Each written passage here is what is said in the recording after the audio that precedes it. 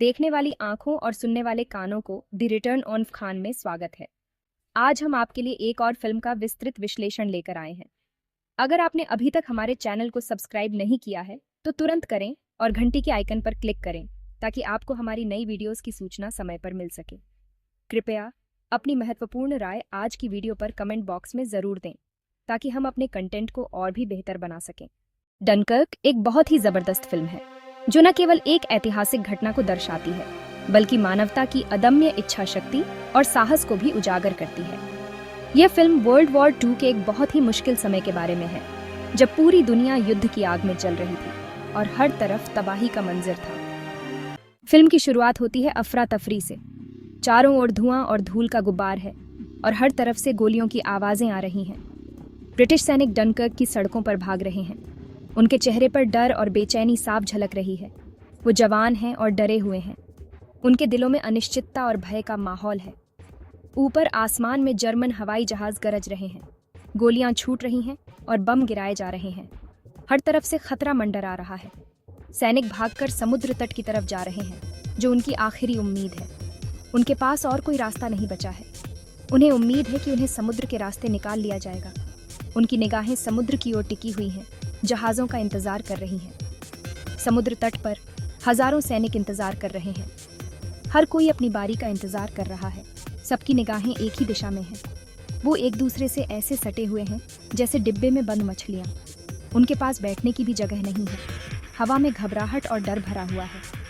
हर कोई अपने भविष्य को लेकर चिंतित है। सैनिक जानते हैं कि वो बहुत बड़े खतरे में हैं।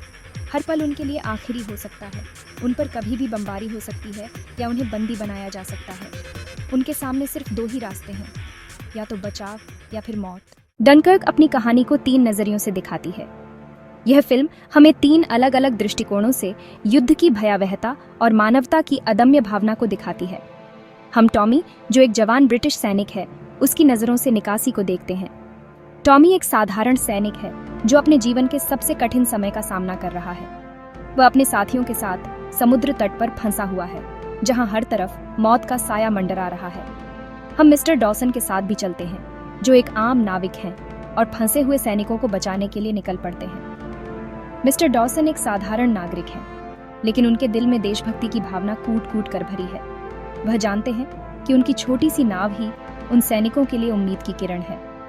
और हम फैरियर की बहादुरी को देखते हैं जो रॉयल एयरफोर्स का पायलट है और ऊपर आसमान में लड़ रहा है। फैरियर एक कुशल पायलट है जो अपने विमान के साथ दुश्मन के हवाई जहाज़ों से मुकाबला कर रहा है। उसकी हर उड़ान एक नई चुनौती है। टॉमी समुद्र तट से भागने के लिए बेताब है। वह हर पल अपने जीवन के लिए संघर्ष कर रहा है और उसे नहीं पता कि अगला पल उसके लिए क्या लेकर आएगा। वो जंग की भयावहता को अपनी आंखों से देखता है। हर तरफ तबाही और विनाश का मंजर है और टॉमी के दिल में डर और निराशा घर कर जाती है। वो सैनिकों से भरे एक जहाज पर बमबारी होते हुए देखता है।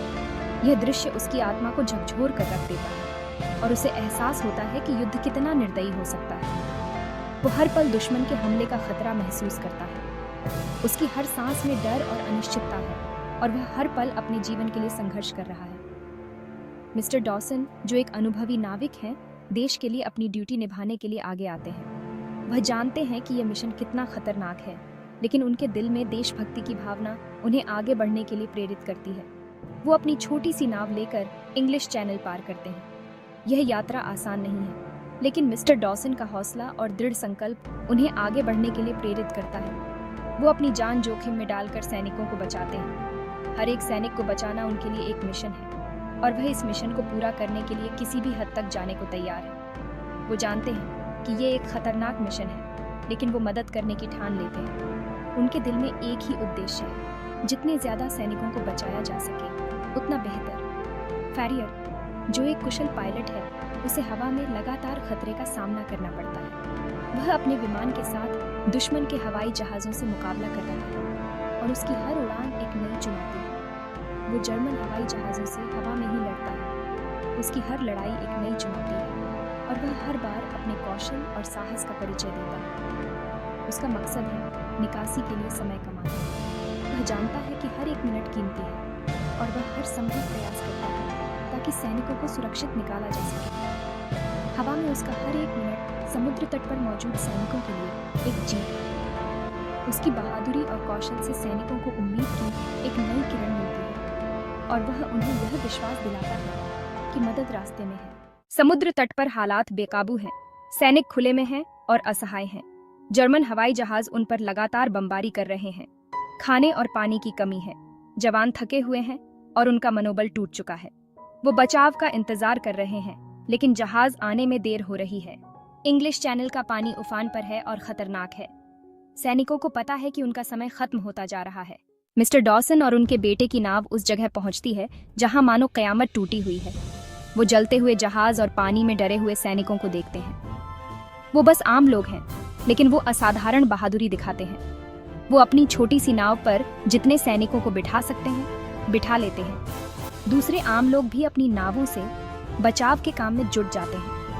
मछली पकड़ने वाली नावें, सैर तफरीह वाली नावें, ऐसी कोई भी चीज जो तैर सके। ये एक भयानक और अफरा तफरी वाला मंजर है, लेकिन ये आम लोग ठान लेते हैं कि वो सैनिकों को बचाएंगे। इस पूरे बवाल के ऊपर फैरियर हर एक सेकंड के लिए लड़ रहा है। वो अपने स्पिटफायर हवाई जहाज को कुशलता और बहादुरी से उड़ा रहा है। वो नामुमकिन परिस्थितियों में दुश्मन के हवाई जहाजों को मार गिरा रहा है। उसके जहाज का ईंधन खत्म होने वाला है, लेकिन वो हार मानने को तैयार नहीं है। वो जानता है कि वो जितने ज्यादा जर्मन हवाई जहाजों को मार गिराएगा, उतने ज्यादा सैनिक बचेंगे। वो आसमान से उनकी रक्षा करने वाला देवदूत है। तमाम मुश्किलों के बावजूद निकासी कामयाब हो जाती है। 3 लाख से ज्यादा सैनिकों को डनकर्क से बचा लिया जाता है। ये हिम्मत और साथ मिलकर काम करने की एक अद्भुत मिसाल है।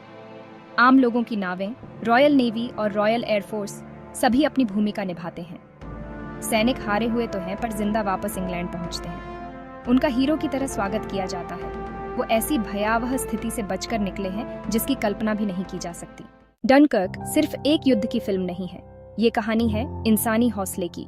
ये दिखाती है कि मुश्किल से मुश्किल समय में भी उम्मीद बाकी रहती है। ये याद दिलाती है कि जब लोग मिलकर काम करते हैं तो आम लोग भी असाधारण काम कर सकते हैं। डनकर्क की निकासी वर्ल्ड वॉर 2 में एक महत्वपूर्ण मोड़ थी। ये भले ही एलाइज की हार थी, लेकिन ये इंसानी हौसले की जीत थी।